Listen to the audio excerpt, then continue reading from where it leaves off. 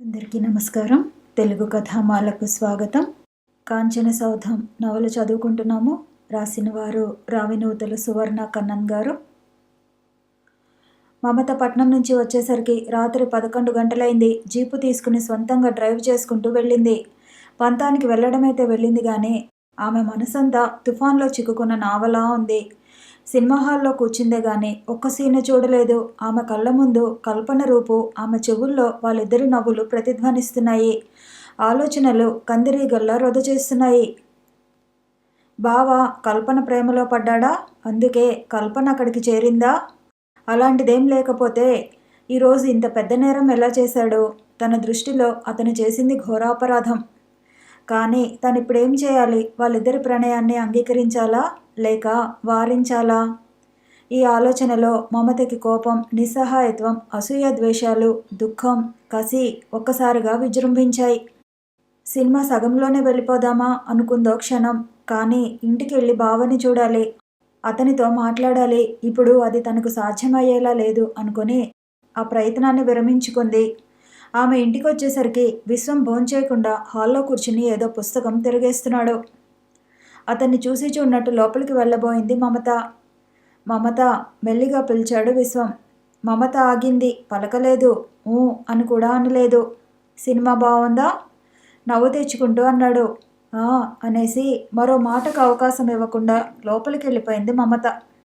అలా చూస్తుండిపోయాడు విశ్వం. కాళ్ళు చేతులు కడుక్కుని మేడ మీదకి వెళ్తూ, కిష్టయ్య, నాకు పైకి ఓ గ్లాసు పాలు తెచ్చివ్వు అంది మమత. అదేమిటి మమత, భోంచేయవు అన్నాడు విశ్వం. హోటల్లో చేసే వచ్చాను. హోటల్లోనా? ఆశ్చర్యంగా చూశాడు విశ్వం. అవును బావా, ఫ్రెండ్స్ వదల్లేదు, అందుకే తినాల్సి వచ్చింది. ఇష్టం లేకపోయినా చేతిగోళ్ళు శ్రద్ధగా చూసుకుంటూ అంది మమత. నేను నీ కోసం భోంచేయకుండా కూర్చున్నాను బాధగా అన్నాడు. నా కోసం ఎందుకు కూర్చున్నావు? నేను ఇంకా నీకు గుర్తున్నానా లాంటి మాటలు కోపంగా అంటుందని అప్పుడు ఆమెకంతా వివరంగా చెప్పి ఆమె కోపాన్ని పోగొట్టాలని, అంతగా అవసరమైతే క్షమాపణ కోరైనా సరే ఆమెని ప్రసన్నం చేసుకోవాలని, ఆపై ఎన్నో కబుర్లు చెప్పి నవ్వించి మామూలు స్థితికి తేవాలని అనుకున్న విశ్వానికి మమత మౌనం నిరాశనే కలిగించింది. నిజం మమత, నేను నీకోసం ఎంతోసేపటి నుంచి ఎదురు చూస్తున్నాను అన్నాడు. వెరీ సారీ బావా, నువ్వు వెయిట్ చేస్తావని ఊహించలేదు అంటూ వెళ్ళిపోయింది మమత. నిర్ఘాంతపోయాడు విశ్వం. మమత గదిలోకి వెళుతూనే మంచానికి అడ్డం పడి భోరుమంది. చాలాసేపు అలా ఏడుస్తూనే ఉంది. కాసేపటికి కిష్టయ్య పాల గ్లాసుతో వచ్చాడు. గభాల్లో లేచి కళ్ళు తుడుచుకుంది మమత. గ్లాసు అందుకొని, బావ భోంచేశాడా అంది మెల్లగా. లేదమ్మా, ఆకలిగా లేదన్నారు. క్షణం బాధగా మూలిగింది ఆమె హృదయం. వెంటనే, మరేం పర్వాలేదు, ఆ కల్పన మాటలతోనే కడుపు నిండిపోయి ఉంటుంది. తన మూలంగా పుట్టినరోజు పండుగ ఇలా అయిపోయింది. ఎంతో హాయిగా గడపాల్సిన టైంలో తిండి తిప్పులు లేకుండా ఏడుస్తూ ఉన్నాను. అయినా తను మాత్రం తిందేమిటి మనసులోనే అనుకుంది. తాగండమ్మా అన్నాడు కిష్టయ్య. వాళ్ళిద్దరి మధ్య వచ్చిన చిరు కలహం గమనించాడతను. తాగిన గ్లాసు అతనికి ఇచ్చేస్తూ, నాన్న పడుకునే ఉన్నారుగా అంది మమత. ఎందుకో ఇవాళ పెందరాలే పడుకున్నారమ్మా, లేకపోతే మీ ఇద్దరిని ఇలా తిండి తినకుండా పడుకోనిచ్చేవారేనా నిష్ఠూరంగా అన్నాడతను. అతనిద్దరిని బతిమిలాడాడు అన్నం తినమని. లేదు కిష్టయ్య, నిజంగానే ఆకలిగా లేదు అంటూ మరో మాటకు అవకాశం ఇవ్వకుండానే ముసుగు బిగించింది మమత. మర్నాడు మమత నిద్రలేచేసరికే చాలా పొద్దెక్కిపోయింది. చౌదరి చీకటితోనే లేచి ఎక్కడికో వెళ్ళాడు. 9 అవుతున్నా తలుపు తీయలేదు మమత. 1-2 సార్లు మేడ మీదకొచ్చి పిలిచాడు విశ్వం. మెలకువగా ఉన్నా తలుపు తీయలేదామె. మమతకి నా మీద చాలా కోపం వచ్చింది, మరోసారి బాధగా అనుకున్నాడు విశ్వం. అలాగే హాస్పిటల్కి వెళ్ళిపోయాడు. అతను వెళ్ళటం మేడ మీద నుంచి చూసిన మమత అప్పుడు మేడ దిగింది. అమ్మాయి గారికి కోపం పోయిందా? మొహం కడుక్కుంటున్న మమతను చూస్తూ నవ్వుతూ అన్నాడు కిష్టయ్య. కోపం ఎందుకు? మొహం చిట్లించింది మమత. నాకు తెలుసులేండి అమ్మాయి గారు, ఎందుకో బావగారి మీద మీకు బాగా కోపం వచ్చింది. కోపం లేదు, తాపం లేదు, ముందు కాఫీ ఇవ్వు విసుగ్గా అంది. కిష్టయ్య మారు మాట్లాడకుండా కాఫీ ఇచ్చాడు. కాఫీ తాగి స్నానం అది కూడా కానించి హాల్లో కూర్చుంది. ఆమెకి బావ తనకి దూరం అయిపోతున్నాడన్న అనుమానం బాగా స్థిరపడిపోయింది. దానికి తోడు రాత్రంతా కలత నిద్ర. ఆ నిద్రలోనే విశ్వం, కల్పన ఒకటే తనని హేళన చేస్తున్నట్లు పీడకలలు. నిజంగా బావ కల్పన ఒకటైతే తనేం చేయాలి? అసలు తను బ్రతకగలదా? ఆ ఊహకే కంపించిపోతోందామె. దుఃఖం కట్టలు తెంచుకుంది. 10 నిమిషాలు శూన్యంలోకి చూస్తుండిపోయింది. ఆ తర్వాత మెల్లగా విశ్వం గదిలోకెళ్ళింది. అక్కడ టేబుల్ మీదున్న అతని ఫోటో కేసి చూస్తూ కూర్చుంది కాసేపు. చిరునవ్వులు చిందిస్తున్నట్టున్న అతని ఫోటో చూస్తున్న కొద్దీ ఆమె హృదయం మరీ బరువెక్కింది. కళ్ళు నీళ్లతో నిండుకున్నాయి. మసకబారిన కళ్ళతోనే అక్కడున్న పెరీ మేసన్ పుస్తకం అందుకుంది. ఆ పుస్తకం మీద కూడా విశ్వమోహమే కనబడింది ఆమెకి. యాంత్రికంగా పుస్తకం పేజీలు తిప్పాయి ఆమె చేతులు.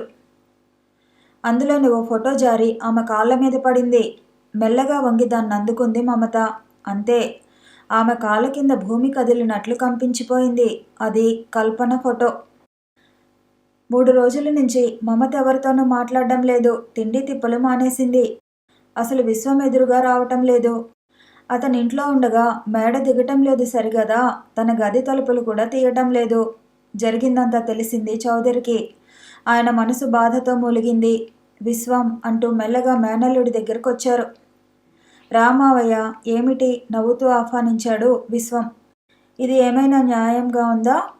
ఏమిటి మామయ్య? చిన్నప్పటి నుంచి నిన్నే ఆరాధిస్తూ నీ మీద ప్రాణాలు పెట్టుకు బతుకుతున్న మమతని కాదని మనకి విరోధైన ఆ రాయుడి కూతుర్ని దగ్గరికి చేరుస్తావా? సీరియస్గా అన్నాడు చౌదరి. నువ్వు కూడా ఏమిటి మామయ్య? బాధగా అన్నాడు విశ్వం. నేను కాదురా, అందరూ అనేదే. నిజంగా నీకు ఆ అమ్మాయి మీద ప్రేమ లాంటిదుంటే మమతకి ఇన్ని ఆశలు కల్పించకుండా ఉండాల్సింది. మీరంతా చాలా పొరపడుతున్నారు మామయ్య. కల్పన మీద నాకున్నది కేవలం సాటి డాక్టర్ అన్న అభిమానం మాత్రమే.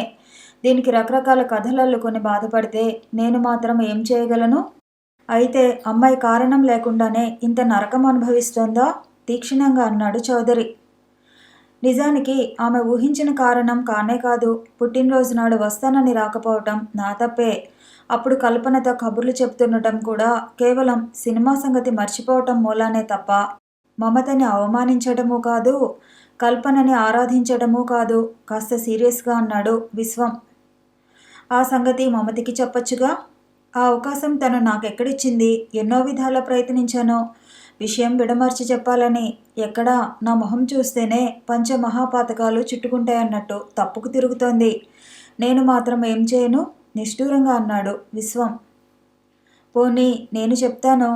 ఏమని? విశ్వం నీతో మాట్లాడతాడని. నీ ఇష్టం అన్నాడు విశ్వం. అయితే మమత విశ్వంతో మాట్లాడడానికి ససేమిరా అంగీకరించలేదు. నిస్సహాయంగా చూశాడు చౌదరి. కోపం పూర్తిగా తగ్గిందా మామయ్య? నిర్లిప్తంగా అన్నాడు విశ్వం. 4 రోజులు పోతే మమత మామూలు మనిషి అవుతుందని అతనికి బాగా నమ్మకం. ఆ సమయంలోనే అక్కడికి 50 మైళ్ళ దూరంలో ఉంటున్న విశ్వం తల్లిదండ్రుల దగ్గర నుంచి కబురొచ్చింది. వెంటనే కొడుకుని ఓసారి రమ్మని. అతను హాస్పిటల్ అది కల్పనకి వాళ్ళకి అప్పజెప్పి వెళ్ళిపోయాడు. అంతవరకు జైల్లో ఉన్నట్టున్న మమత తేలిగ్గా ఊపిరి తీసుకుని బయటకొచ్చింది. విశ్వం లేకుండా ఉంటే తను ఫ్రీగా తిరగచ్చు, గదిలో బంధితురాల్లా ఉండక్కర్లేదు అనుకున్న మమత తన ఊహ తప్పని అతను వెళ్ళిన కొద్ది గంటలకే తెలుసుకుంది. ఆవేదన రెట్టింపైంది. ఒక్కరోజు అతను కనిపించకపోతేనే కొంత లోటుగా ఉందే. జీవితాంతం అతనికి దూరంగా. ఓహ్ నరకం. కానీ అలా అని తన మీద మనసు లేని వాడి కోసం తను తాపత్రయపడుతుందా? చచా, ఆమెలోని అభిమానం బుస్సుమని లేచింది. అయితే విశ్వాన్ని కల్పనని ఒకటిగా ఊహించి సహించలేకపోతోంది ఆమె కన్న హృదయం. అగ్నిపర్వతంలోని లావాలా కొతుకుతో ఉడికిపోతోంది ఆమె మనసు. దన్నాలమ్మ, నక్కలా వచ్చాడు దాసు. ఏమిటి? ముఖం చిట్లించింది మమత. ఏమిటి ఒంటరిగా కూర్చున్నారు? ఓ, బావగారు లేరా? నాన్నగారు లేరు, చేలోకెళ్ళారు క్లుప్తంగా అంది. అయ్యో, ఒక్కరే ఒంటరిగా కూర్చున్నారా? పోన్లేండి, నేను కాసేపు తోడు కూర్చుంటాను అంటూ బల్ల మీద చతికిల పడ్డాడు దాసు. అతని అతి చనువుకి చిరాకు అనిపించింది మమతకి. అక్కర్లేదు, నువ్వెళ్ళు అంది కఠినంగా. ఏమిటమ్మాయి గారు, మీకు కూడా నా మీద కోపమేనా? అయినా నేను బాధపడను. ఎందుకంటే నా శ్రేయోభిలాషి చౌదరి బాబు గారి కూతురు మీరు, వినయంగా అన్నాడతను. మమత మౌనంగా ఉండిపోయింది. ఏమిటి అదోలా ఉన్నారు? కొంపదీసి బావుగారు మీకు ఆ విషయం చెప్పేశారా? ఆశ్చర్యంగా అన్నాడు దాసు. ఏ విషయం? చివ్వున తలెత్తే అంది మమత. అదే, ఆ కల్పన గారి విషయం. కల్పన విషయమా? కళ్ళు చిట్లించింది. అదేనమ్మా, ఆ డాక్టరమ్మ విషయం రహస్యంగా అన్నాడు దాసు. ఏమిటా విషయం? గుండె వేగంగా కొట్టుకుంటున్నా అతి సహజంగా అడిగినట్టు అడిగింది మమత. అయ్యో, అయితే మీకు తెలియదన్నమాట, కంగారుగా లేవబోయాడతను. ఆగు, విషయం పూర్తిగా చెప్పి వెళ్ళు, కఠినంగా అంది మమత. ఎందుకులేండి, బావగారికి తెలిస్తే నన్ను తిట్టిపోస్తారు. మీరు బాగానే ఉంటారు. మీరు బాగానే ఉంటారు, చివరికి గాడిద అయ్యేది నేను. ఆ భయం ఉన్నవాడివైతే ఈ ప్రస్తావనే నా దగ్గరికి తెచ్చి ఉండకూడదు. ఇప్పుడు సగం చెప్పి తమాషా చూద్దాం అనుకుంటున్నావా? చెప్పు, గద్దించింది. వాళ్ళిద్దరూ, అదేనమ్మా, బావగారు ఆ డాక్టర్ అమ్మ ప్రేమించుకున్నారట, త్వరలో పెళ్లాడబోతున్నారట కూడా. ఈ విషయం మీతో చెప్పాలని బావగారు ఎంతో ప్రయత్నిస్తూ కూడా చెప్పలేకపోతున్నారట. చివరికి మొన్న కల్పనమ్మ, మీరు చెప్తారా లేక నన్ను చెప్పమంటారా అని గట్టిగా అనేసరికి నేనే చెప్తాలే అన్నారట.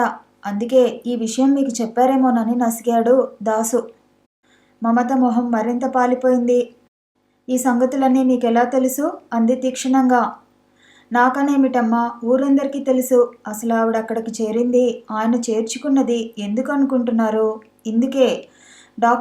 డాక్టరే భార్య అయితే అనేక లాభాలున్నాయట. అదే బావగారన్నారు. మీకు తెలియదు కానీ ఈ విషయాలన్నీ నాన్నగారికి కూడా తెలిసే. అమాయకంగా అంటూనే ఆమెలోని చిచ్చుని మరింత ప్రజ్వరిల్ల చేశాడు దాసు. ముందు దాసు అబద్ధం చెప్తున్నాడు అనుకున్న మమత అతని మాటలు పూర్తిగా నమ్మేసింది. దానికి తోడు కల్పన, విశ్వం కలిసి నవ్విన నవ్వులు, వారి మాటలు, వీటన్నింటినీ మించి విశ్వం గదిలో అతని పుస్తకంలో దొరికిన కల్పన ఫోటో ఆమె నమ్మకాన్ని పటిష్టం చేశాయి. పరాయి వాళ్ల ముందు తను బయటపడకూడదు అన్న సంస్కారాన్ని తాత్కాలికంగా మర్చిపోయిన మమత దాసుని అడిగి ఇంకా చాలా విషయాలు తెలుసుకుంది. డల్లుగా ఉంటున్న కూతురు హఠాత్తుగా ఉత్సాహంగా కనిపించేసరికి ఆశ్చర్యపోయాడు చౌదరి. మమత కునిరాగం తీస్తూ నీట్గా డ్రెస్ చేసుకుని హాల్లోకొచ్చింది. ఎక్కడికైనా వెళ్తున్నావమ్మా? ఆమెలోని మార్పుకి మనసులో సంతోషపడుతూనే చిన్నగా నవ్వుతూ అడిగాడు చౌదరి. అవును నాన్న, హాస్పిటల్కి వెళ్తున్నాను అంది మమత కూడా నవ్వి. హాస్పిటల్కా? అవును నాన్న, ఇప్పుడే వచ్చేస్తాను అంటూ వెళ్తున్న కూతుర్ని అయోమయంగా చూస్తుండిపోయాడు చౌదరి. మమత హాస్పిటల్కి వెళ్ళేసరికి కల్పన ఎవరికో ప్రిస్క్రిప్షన్స్ రాసిస్తోంది. మమతని చూడగానే బిత్తరపోయింది. వెంటనే తేరుకొని, ఓ మీరా, రండి అంటూ కంగారుగా ఆహ్వానించింది. మమతకి, విశ్వానికి మాటలు లేవని, మమత అతనంటే మండిపడుతోందని ఆమెకు తెలుసు. ఆమె కోపము ఆవిడికి తెలుసు. ఇప్పుడు ఈవిడెందుకు వచ్చినట్లు, 4 తిట్టిపోతుందా అన్న కంగారు కల్పన మొహంలో స్పష్టంగా కనిపిస్తోంది. మమత మౌనంగా లోపలికొచ్చింది. ఆమె మొహంలోని ప్రసన్నతకి కాస్త ధైర్యం వచ్చింది కల్పనకి. కూర్చోండి, ఏమిటిలా వచ్చారు? బావగారు లేరుగా నవ్వటానికి ప్రయత్నిస్తూ అంది. నేను బావ కోసం కాదు వచ్చింది, మీకోసమే నవ్వుతూనే అంది మమత. మరింత కంగారు పడిపోయింది కల్పన. చెప్పండి అంది లోగొంతుతో. మరేం లేదు కల్పన, మొన్న మధ్య నా బర్త్డే అయింది. ఆ రోజుకి ఓ చైన్ చేయించుకుందామని సరదా పడ్డాను. మీ దగ్గర చాలా రకాలు ఉన్నాయి కదా, అందులో తనకి నచ్చిన మోడల్ ఒకటి తెమ్మని చెప్పాను. ఎక్కడ ఆయనకంత తీరుబడేది? హాస్పిటలు, పేషెంట్స్ తప్ప ఇంకేం అక్కర్లేదు గోముగా విసుక్కుంది మమత. అమ్మయ్య, వీళ్ళు రాజీ పడ్డట్లున్నారు తేలిగ్గా ఊపిరి తీసుకుంది కల్పన చిన్నగా నవ్వుతూ. మర్చిపోయి ఉంటారు, పోనీ మీరు అడగవచ్చుగా అంది. సరేలేండి, ఆయన గారు అడుగుతారనుకున్నాక ఇంక నేను అడిగితే ఏం బాగుంటుంది పెదవి విరుస్తూ అంది మమత. అయితే ఇప్పుడు చేయించుకుంటారా అనే ఇలా వచ్చాను. అలాగే, ఏ మోడల్ కావాలి? రాళ్ళవా, ముత్యాలవా, లేక సాదావా ఉత్సాహంగా అడిగింది కల్పన. సాదానే నవ్వింది మమత. అలాగే, మీరు మా ఇంటికి వస్తారా లేకపోతే నేను తేనా? మీకంత శ్రమ వద్దు, ప్రస్తుతం ఈ చైన్ ఇవ్వండి చాలు. ఆమె మెడలోని గొలుసు చూపిస్తూ అంది మమత. త్రుళ్ళిపడింది కల్పన. ఇది మామూలు చైన్, ఇందులో స్పెషల్ ఏం లేదు అంది తడబడుతూ. నాకు తెలుసు, కానీ నాకు ఇలాంటివంటేనే చాలా ఇష్టం. ఇది ఇవ్వండి, కంసాలికి చూపించి ఇచ్చేస్తాను. అబ్బే, ఇది చాలా ఓల్డ్ మోడల్. పర్వాలేదు కల్పన, తామర పువ్వులా ఉన్న ఈ లాకెట్ ఎంతో నచ్చింది నాకు. లాకెట్నే చూస్తూ అంది మమత. సరే అలాగే, సాయంత్రం వీరడికిచ్చి పంపుతాను నసిగింది కల్పన. ఆమె కంగారుకి మనసులోనే నవ్వుకుంది మమత. పర్వాలేదు, ఈ మాత్రం వస్తువు నేను మోసుకు వెళ్ళగలను అంది నవ్వుతూ. అది కాదు మమత. ఏం, నా మీద నమ్మకం లేదా? తీక్షణంగా అంది మమత. చాచా, అది కాదు. మరింత కంగారు పడిపోయింది కల్పన. నాకు బోసిమెడతో ఉంటే అదోలా ఉంటుంది. మీకెందుకు? ఇంటికెళ్ళిన వెంటనే పంపకపోతే అడగండి చెమటలు తుడుచుకుంటూ అంది కల్పన. ఓస్, అంతే కదా, దాందేముంది, అంతదాకా నా మెడలోని గొలుసు వేసుకోండి అంటూ గభాల్న తన మెడలోని గొలుసు తీసి ఆమె మెడలో వేసింది మమత. కల్పన బిక్క చచ్చిపోయింది. ఇంకేం అభ్యంతరం లేదుగా అంది మమత. ఓహో, తప్పనిసరిగా మెడలోని గొలుసు తీసిచ్చింది కల్పన. ఆమె చేతులు సన్నగా వణుకుతున్నాయి. చటుక్కున లేచింది మమత. థ్యాంక్ యూ, పని కాగానే తెచ్చిస్తాను. మమత వంకరగా నవ్వేసి దర్పంగా అడుగులేసుకుంటూ వెళ్ళిపోయింది. నిర్ఘాంతపోయి అలా చూస్తుండిపోయింది కల్పన. 3 రోజుల తర్వాత వచ్చాడు విశ్వం. బావా, ఎదురొచ్చింది మమత. తెల్లబోయాడు విశ్వం. ఏమిటలా చూస్తున్నావు? నవ్వుతూ అంది మమత. కోపం పోయినట్టేనా? తేరుకుని తను నవ్వుతూ అన్నాడు విశ్వం. ఆ, మళ్ళీ నవ్వింది మమత. అమ్మయ్య, బతికాను. సరే, స్నానం అది కానిచ్చిరా, కాఫీ తాగుదామంది మమత. విశ్వం మనసులో ఆశ్చర్యపోతూనే స్నానాదులు కానిచ్చి హాల్లోకొచ్చి మమతకు ఎదురుగా కూర్చున్నాడు. చౌదరి కూడా వింతగా ఉంది కూతురి ప్రవర్తన. కాఫీలు తాగాక, బావా, ఇవాళ హాస్పిటల్కి వెళ్ళొద్దు మెల్లగా అంది మమత. ఏం, ఎందుకని? పనుంది. సినిమా ప్రోగ్రాం వేశావా? నేను రెడీ ఉత్సాహంగా అన్నాడు విశ్వం. ఊహు, నవ్వింది మమత. మరి? ముఖ్యమైన విషయం మాట్లాడాలి. ముఖ్యమైన అన్న చోట వత్తి పలుకుతూ అంది మమత. ముఖ్యమైన విషయమా? అయోమయంగా చూశాడు విశ్వం. అందుకే కల్పన గారిని కూడా రమ్మన్నాను. మరో 10 నిమిషాల్లో రావచ్చు తాపీగా అంది. కల్పన? కళ్ళు చిట్లించాడతను. డాక్టర్ కల్పన. శివుని తలెత్తి ఓసారి ఆమె కళ్ళల్లోకి చూశాడు. ఆ కళ్ళల్లో తుఫాను ముందు ప్రశాంతత కనిపించింది అతనికి. ఎందుకు కల్పనని రమ్మంది? ఇద్దరినీ కలిపి దులుపుతుందా అని కూడా అనిపించింది. పావుగంట తర్వాత తడబడుతున్న అడుగులతో వచ్చింది కల్పన. చాలా రోజుల తర్వాత ఆ ఇంట అడుగుపెట్టిందామె. రండి రండి ఆప్యాయంగా ఆహ్వానించింది మమత. గిల్టీగా లోనికొచ్చి కూర్చుంది కల్పన.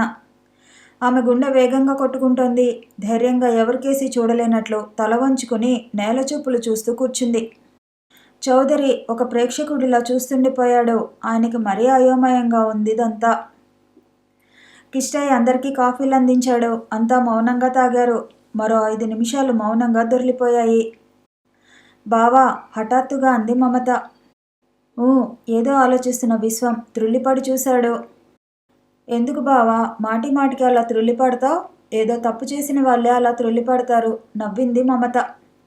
విశ్వం మాట్లాడలేదు. కల్పన తల మరీ వంగిపోయింది. బావా, ఇది నీ గదిలో పుస్తకంలో ఉంది గంభీరంగా అంది మమత. ఆమె చేతిలోని కవర్ని చూస్తూ ఏమిటి అన్నాడు విశ్వం. కలర్ ఫోటో బాగుంది కదూ? కవర్లోంచి కల్పన ఫోటో అతనికి అందిస్తూ అంది. అతను చూశాడు ఆ ఫోటోని. వెంటనే మరింత పాలిపోయింది అతని మొహం. సారీ బావా, నేను చూడాలని చూడలేదు. తోచక నీ గదిలోకెళ్ళి పుస్తకం తిరిగేస్తుంటే. కానీ అది ఎలా వచ్చిందో నాకు తెలియదు తడబడుతూ అన్నాడు విశ్వం. నీకు తెలియదా? నుదురు చిట్లించింది మమత. నిజంగానే నాకు తెలియదు మమత. ఏం, ఆ పుస్తకం నీది కాదా? చెప్పు బావా, ఆ పుస్తకం నీది కాదా? నాదే, కానీ పోనీ కల్పన గారికి ఎప్పుడైనా చదవటానికి ఇచ్చావా? ఓహో, మరి నీ పుస్తకంలోకి కల్పన గారి ఫోటో ఎలా వచ్చిందంటావు? అదే అర్థం కావటం లేదు బావా, గంభీరంగా అంది మమత. కళ్ళెత్తి చూశాడతను. బావా, నీ పుస్తకంలో ఆవిడ ఫోటో ఉండటం పెద్ద నేరమేం లేదు. ఎవరికిష్టమైన వారి ఫోటోలు వాళ్ళు దాచుకోవటం తప్పు కాదు. కానీ ఇది నీకు తెలియదని బుకాయించటం మాత్రం చాచా చాలా అసహ్యంగా ఉంది. అది కాదు మమత, ఇది ఇదిగో బావా, ఎందుకంత ఇదైపోతావు? ఇందులో నువ్వు చేసిన తప్పు మాత్రం ఏముంది? ఒకే ప్రొఫెషన్లో ఉన్నవాళ్ళు ఒకళ్ళంటే ఒకళ్ళు ఇష్టపడుతున్నారు. ఫోటో దాచుకోవటంలో కూడని పనేముంది? అఫ్కోర్స్ మీ మనసులు తెలుసుకోకుండా నేను ఆశలు పెంచుకున్నాననుకో, అది నీ తప్పు కాదు. అందుకే ఈ విషయం చెప్పడానికే మీ ఇద్దరిని పిలిచాను. వెంటనే మీరిద్దరూ పెళ్లి చేసుకోండి. దుఃఖం తన్నుకొస్తుంటే అతి ప్రయత్నం మీద ఆపుకుంటూ అంది మమత. మమత, ఒక మాట వింటావా?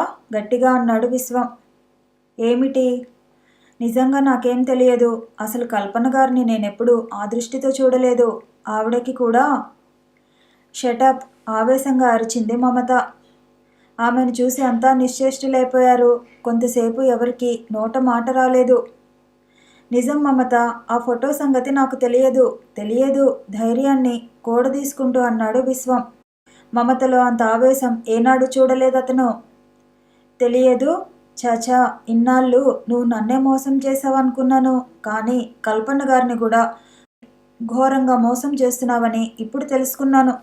కాదు, నువ్వు అందరినీ మోసం చేశావు. నీ బతికే మోసాలు పుట్ట. గెటౌట్ ఐసే.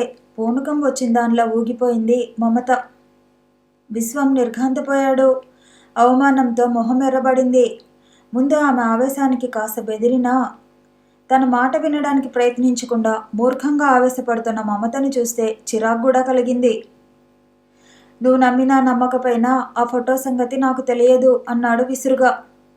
ఓ, అయితే నీకు తెలియకుండానే నీ గదిలోకి వెళ్ళి నీ పుస్తకంలో పెట్టిపోయారన్నమాట ఎవరో వ్యంగ్యంగా అంది మమత. కావచ్చు, నేనంటే గిట్టని వాళ్ళు ఆ ఫోటో నా పుస్తకంలో పెట్టి నీ కళ్ళబడేలా చేసుండొచ్చు. శభాష్! చప్పట్లు కొట్టింది మమత. చిరాగ్గా చూశాడు విశ్వం. చౌదరికి కూడా ఆమె ప్రవర్తన అంత నచ్చలేదు. కల్పన సరే బిక్కచచ్చిపోయింది. హఠాత్తుగా మమత కళ్ళు మరింత ఎర్రబడ్డాయి. ఆవేశంతో దవడలు బిగుసుకున్నాయి. ఇంతకీ మీ ఇద్దరి మధ్య ప్రేమ లాంటిదేం లేదంటావు. ఈ ఫోటో సంగతి నీకు తెలియదంటావు అంది పళ్ళు బిగించి. అవును అవును అవును అరిచినట్లు అన్నాడు విశ్వం. ఓ, అయితే దీని అర్థం ఏమిటి మిస్టర్ విశ్వం? అంటూ కల్పన దగ్గర తీసుకొచ్చిన చైన్ లాకెట్ ఓపెన్ చేసి విసురుగా పడేస్తూ. ఇది కల్పన గారి మెడ అంటిపెట్టుకునే ఉంటుంది 24 గంటలు. ఈ లాకెట్లోని ఫోటో కూడా ఆవిడకు తెలియకుండానే గిట్టని వాళ్ళు ఎవరైనా పెట్టారా? కఠినంగా అంది మమత. భయంగా చూశారంతా. అందులో విశ్వం ఫోటో. నిర్ఘాంతపోయారందరూ. కొయ్యబారిపోయాడు విశ్వం. కత్తివేటికి నెత్తురుబొట్టు లేనట్టు పాలిపోయింది కల్పన మొహం. బెదురుగా ఆమె కేసి చూశాడు విశ్వం. సారీ, ఐఎమ్ వెరీ సారీ అంటూ పైటి చెంగు నోట్లో కుక్కుని బయటికి పరిగెత్తింది కల్పన. అతి భారంగా 2 రోజులు గడిచిపోయాయి. చిత్రంగా వాతావరణం మారిపోయింది. చౌదరి ఇప్పుడు విశ్వాన్ని ఓ శత్రువుగా చూస్తున్నాడు. అతన్ని తప్పుకు తిరుగుతున్నాడు. విశ్వానికి పరిస్థితి చాలా అసహ్యంగా ఉంది. ఆలోచిస్తే ఇలాంటి పరిస్థితి నాకు ఎదురైనా మమతలాగే చేసేవాణ్ణి అనుకున్నాడు బాధగా. ఇక ఆ ఇంట్లో ఉండటం అతనికి ఎంతమాత్రం ఇష్టం లేదు. పోనీ ఊరే వదిలిపోదామా అనుకున్నాడో క్షణం. కానీ అప్పటికే అతను కట్టించే నర్సింగ్ హోమ్ పూర్తిగా వచ్చింది. శ్మశానంలో ఉండే ఆ ఇంట్లో భోజనం కూడా చేయాలనిపించలేదు అతనికి. అలాగని ఆ పల్లెలో కనీసం ఓ కాకా హోటల్ అయినా లేదు. ఏం చేయాలో అర్థం కాలేదు. ఓ పూట అన్నం తినకపోతే నానా హడావిడి చేసే మమత ఇప్పుడు అతను తింటున్నాడో తినడం లేదో పట్టించుకోవటం లేదు. కిష్టయ్య నిర్లక్ష్యంగా వడ్డిస్తున్నట్టు అనిపిస్తోంది అతనికి. నిజానికి కిష్టయ్యలో ఎలాంటి మార్పు లేదు. అతనికి అలా అనిపిస్తోందంతే. అలాంటి సమయంలో ఒకరోజు రాయుడు హఠాత్తుగా హాస్పిటల్కి వచ్చాడు. ఆయన్ని చూసి బిత్తరపోయాడు విశ్వం. తర్వాత సిగ్గుపడ్డాడు. లోపలికి రావచ్చా డాక్టర్ గారు అన్న రాయుడి మాటలకి త్రుళ్ళిపడి రండి అంటూ ఆహ్వానించాడు. ఆయన కూర్చుని జరిగిందంతా విన్నానోయ్ అన్నాడు ఎలాంటి ఉపద్ఘాతం లేకుండానే. సారీ మెల్లగా అన్నాడు విశ్వం. సారీనా? ఎందుకు? పెళ్ళున నవ్వాడాయన. ఆయన నవ్వుకు కాస్త తికమక పడ్డాడు విశ్వం. జరిగిందేదో జరిగిపోయింది. జరిగిన దాని గురించి బాధపడుతూ కూర్చునే కన్నా జరగవలసింది ఆలోచిస్తే మంచిది గంభీరంగా అన్నాడు రాయుడే మళ్ళీ. మమతకు కాస్త కోపం ఎక్కువ. మీ మావయ్య మాత్రం తక్కువ తిన్నాడా? పసివాళ్ళ మనసును అర్థం చేసుకోవద్దు. ఇష్టం లేని వాడికి కూతురు నంటగట్టాలని చూడ్డం ఏమిటి? ఆవేశంగా అన్నాడు రాయుడు. బిత్తరపోయాడు విశ్వం. అవునయ్యా, ఒకరి ఫోటోలు ఒకరి దగ్గరుంటే తప్పేమిటి? ఆహా, తప్పేమిటి అని. నిజంగా నాకు ఆ ఫోటో గురించి తెలియదండి కంగారుగా అన్నాడు విశ్వం. పోనీలేవయ్యా, తెలుసో తెలియదో తర్వాత సంగతి. అసలు అలా ఖూనీ చేసినట్టు నిలదీయటమేమిటి? పోన్లేండి, నా రోజులు బాగాలేవు నిర్లిప్తంగా అన్నాడు విశ్వం. కాదయ్యా, నీ రోజులు బాగున్నాయి, అందుకే ఇలా జరిగింది.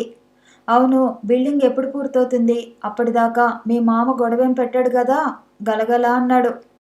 దేన్ని గురించండి? అదే, ఈ హాస్పిటల్లో ఉన్న కొంప ఆయనదేగా. ఏమన్నా అంటే చెప్పు, మనకిలాంటివి బొచ్చెడిల్లున్నాయి దర్పంగా అన్నాడు రాయుడు. చాచా, అలాంటిదేం లేదండి. అయితే సరే, భోంచేశావా? ఊ ఊ చేశాను. అబద్ధం. అయినా నిన్న సహించుకునే కొంపలో అన్నం మాత్రం ఎలా సహిస్తుందయ్యా? మన ఇంటికొచ్చేయ్, సరదాగా భోంచేయొచ్చు. అబ్బే వద్దండి, కంగారుగా అన్నాడు విశ్వం.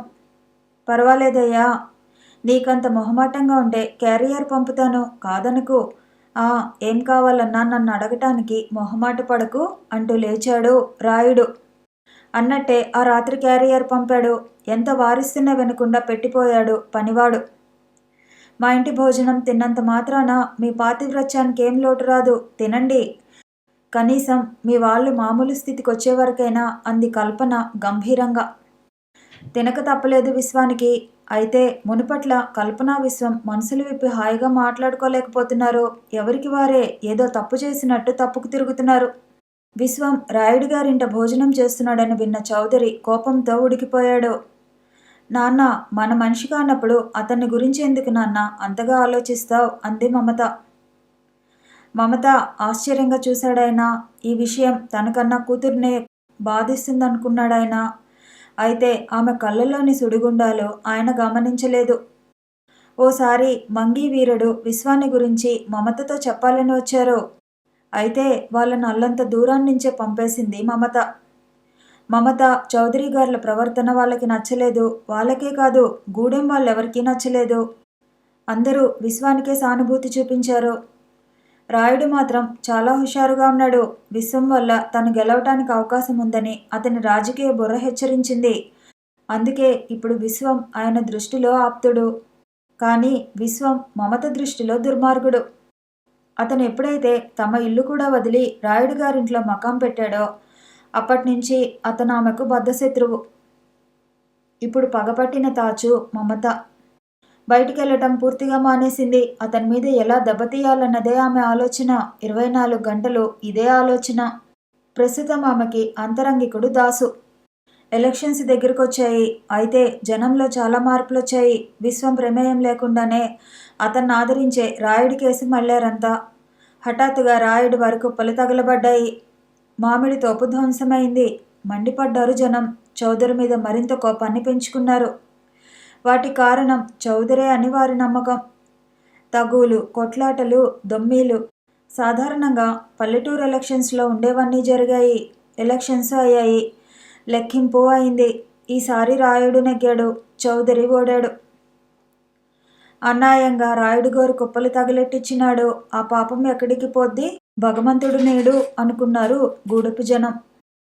కానీ రాయుడే తన కుప్పలకి తానే నిప్పు పెట్టించుకుని తన తోటను తానే ధ్వంసం చేయించుకుని మరింత సానుభూతి సంపాదించుకున్నాడని పాపం ఆ పల్లె అమాయక ప్రజలకి తెలియదు.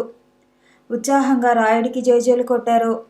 రాయుడు మామూలుగానే అందరికీ తాగబోయించాడు. నిద్రరాని మమత మంచం మీదే అటు ఇటు దొర్లుతోంది. తండ్రి ఓటమి ఆమెకి ఎదురు చూడని దెబ్బ.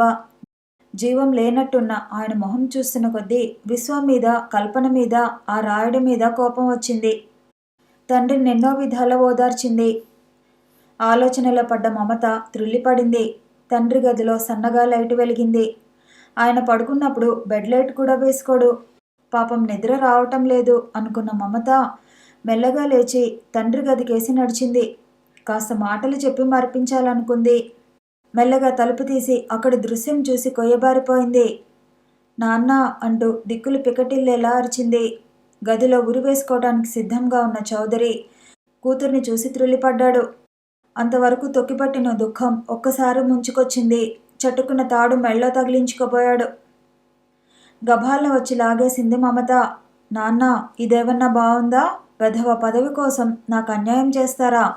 అతన్ని చుట్టేసి ఏడుస్తూ అంది. ఇంత అవమానం జరిగాక ఎలా బతకమంటావమ్మా? పసివాడిలా కుల్లి ఏడ్చాడు చౌదరి. ఇందులో అవమానం ఏముంది నాన్న? మనం దొంగతనం చేశామా, దోపిడీలు చేశామా? ఎలక్షన్లో ఓడిపోయాం, అంతేగా. నీకు మాత్రం తెలియదా నాన్న, ఈ రాజకీయాలే ఇంత. మొన్నటి వరకు నీ వైపు తిరిగిన జనం ఆ విశ్వం మూలాన గొర్రెల మందలా ఒక్కసారిగా ఆ రాయుడి కేసి తిరిగారు. పోనీ నాన్న, ఈ వెధవ రాజకీయాలు వదిలే అంటూ ఆయన్ని తీసుకొచ్చి మంచం మీద పడుకోబెట్టింది. చౌదరి గారిలో కాస్త మార్పు వచ్చింది.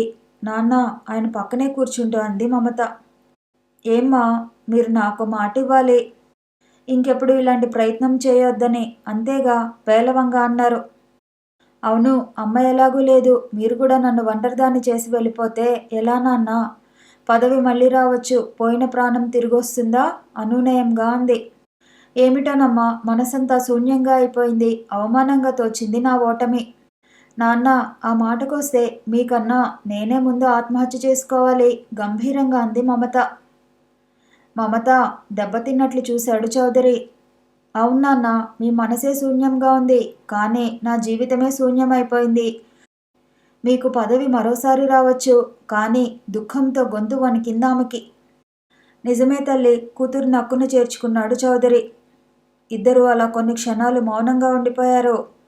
నాన్న, చెప్పు తల్లి, ఇంకెప్పుడు ఇలాంటి ప్రయత్నం చేయని తల్లి, నా తల్లి మీద ప్రమాణం చేసి చెప్తున్నాను. మమత తల మీద చేయి పెట్టి స్థిరంగా అన్నాడు. థ్యాంక్స్ నాన్న, థ్యాంక్స్. ఆ చేతిని 2 చేతులతో పట్టుకుని అంది మమత. ఇద్దరి కళ్ళు నీళ్లతో నిండిపోయాయి. చౌదరి మనసు ఇప్పుడెందుకో ప్రశాంతంగా ఉంది. అయితే మమత మనసు మాత్రం తుఫాన్లో సముద్రుడిలా ఉంది. విశ్వం మీద పగ రెట్టింపైంది. కాలం భారంగా దొర్లిపోయింది. కథ కొనసాగుతుంది. మళ్ళీ కలుసుకుందాము. ఈ వీడియో నచ్చితే లైక్ చేయండి, షేర్ చేయండి, కామెంట్ చేయండి, ఛానల్ని సబ్స్క్రైబ్ చేయండి.